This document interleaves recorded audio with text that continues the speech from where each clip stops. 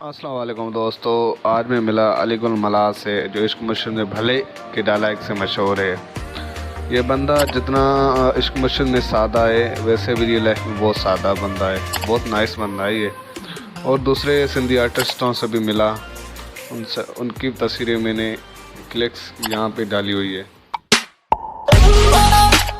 Ali day के dialogue से मशहूर होने वाला आसिफ पौर उर्फ गामो, जब मैं इससे मिला तो बड़ी हंसी आ रही थी और इसका मेकअप देखकर मेरे हंसी निकल दी जा रही थी। बड़ा नाइस बंदा है। अच्छा, इस बंदे से ना मैं बड़ा मुतासिर हूँ, ऐसे समझो बड़ा फैन और मेरा आइडियल है। इसकी एक एक लफ्ज़ एक एक कहानी जो है ना सुनने लगे, क्या इसकी तारीफ़ करूँ। फिर मैं मिला खूबसूरत आवाज़ का मालिक जामिन अली, जिसके कसीदे और गाने सुनने लायक होते हैं। यही बंदा था जो इन लोगों के साथ मुझे मिलवाया, मेरा दोस्त फ़हीम अली उर्फ पक्की।